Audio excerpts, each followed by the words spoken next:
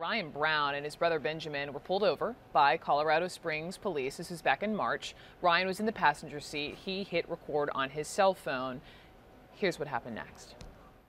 What's the reason why you pulled us over, officer? I'm recording this. Police officers pulled us over for no reason.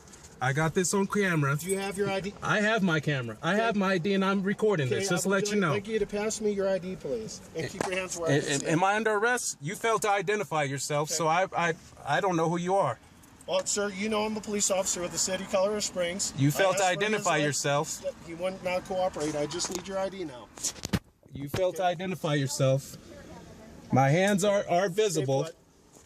I have the recorder recording. My brother is being put in handcuffs. We're pulled over for no reason. He still had not identified why he's pulled us over.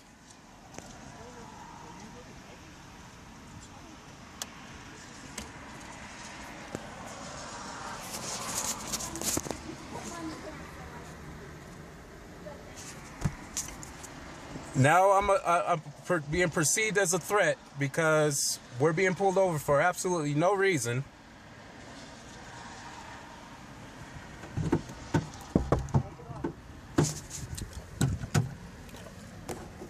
Am I being placed under arrest? You're not under arrest. What's the?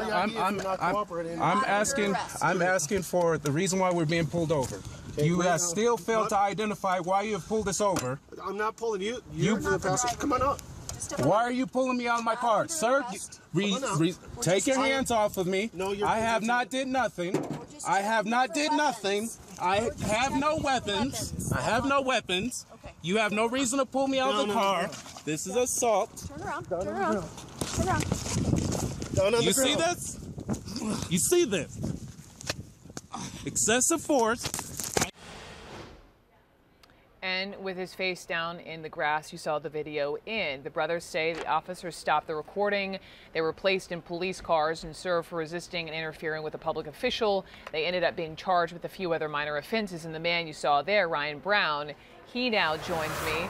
He is joined by his attorney, Daniel Recht, former chairman of the ACLU of Colorado. And with me here in New York is Steve Rogers, an expert in community policing and a retired detective lieutenant of Nutley, New Jersey Police. So welcome to all of you.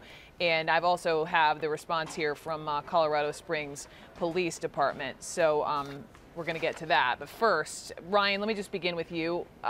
We saw some of obviously what happened because of, you pulled out your cell phone. But my first question is, what happened between when police pulled you guys over and to when we see your brother getting handcuffed out of the driver's side of the car? Yes. First of all, I want to say thank you for having me. Sure. The officer, when he pulled us over, he approached the vehicle. He asked my brother, he asked him for his license. That was the first thing he asked for.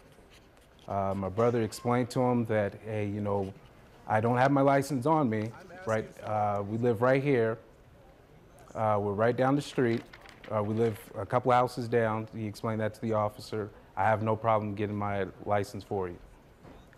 From then, the officer just told my brother to get out of the vehicle and come to the back, come to his patrol car, and so he could identify him. At that point, I told the officer, unless my brother's under arrest, I don't understand why he has to get out of the vehicle. Apparently, I guess the officer didn't like my response to that. He didn't like that. He opened the door. He pulled out his taser. He armed his taser. He pulled my brother from the vehicle. And that's when I told my brother, just get out and, comply with his orders. And then from that point, that's when I grabbed my camera and started recording. So were the two of you arrested? What happened after the video ended? I was placed in handcuffs and thrown in the back of the cop car for it seemed like forever, about 30, 40 minutes. And then they let you go? Then they let me go. They served me and released me. Okay. Initially, oh, I'm sorry. No, initially, please, they go ahead. told me that I was going to be placed under arrest. Okay. Okay. I just want to walk through this step by step, and I have police detective sitting next to me because I have a couple of questions before I want you to continue, Ryan, with you. So, Steve, when you look at the police report, it indicated that traffic stop was driving slowly in a high crime area.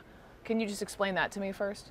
Brooke, you and I have talked about how everything boils down to training. Right. Had the officers had reasonable suspicion, and that's a key word, that these individuals were armed and dangerous, then what they did was appropriate to protect themselves.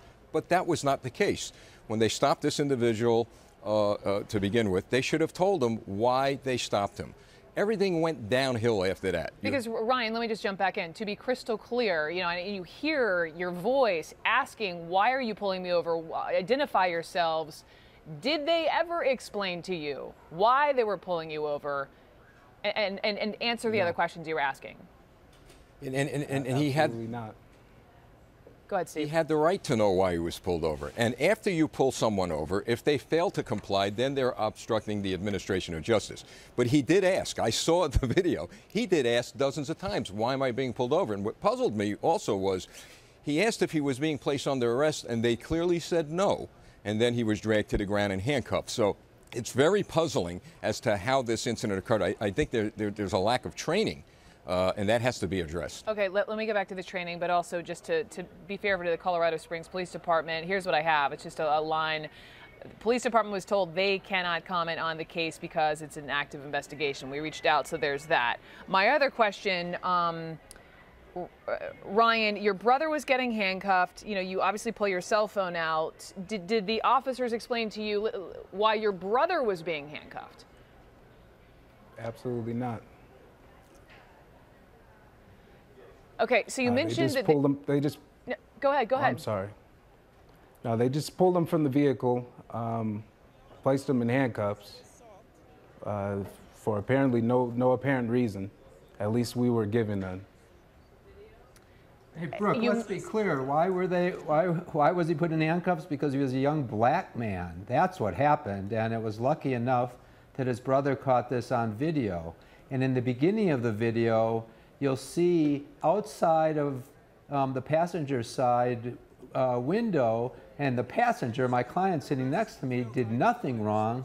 A gun has already been pulled on him. When he starts the video, there's a gun on his head right from that second forward. And he had done nothing wrong, except be a young black man. I got to tell you. You got to jump in. When people throw the race card into every single police incident, it does boil my blood. These police officers, they have some explaining to do, but to say it was because of race is really unfair. The police officers, look, we had an officer die in the city of New York last week. You know why? Because he asked the question, what's in your waistband? And that guy killed him. So these police officers have to look out for their lives. I'm not saying what they did procedurally was right, but that's what we're discussing. What they did procedurally wrong, not race, for goodness sakes. Ryan, you want to respond to that? Do you feel like you were targeted?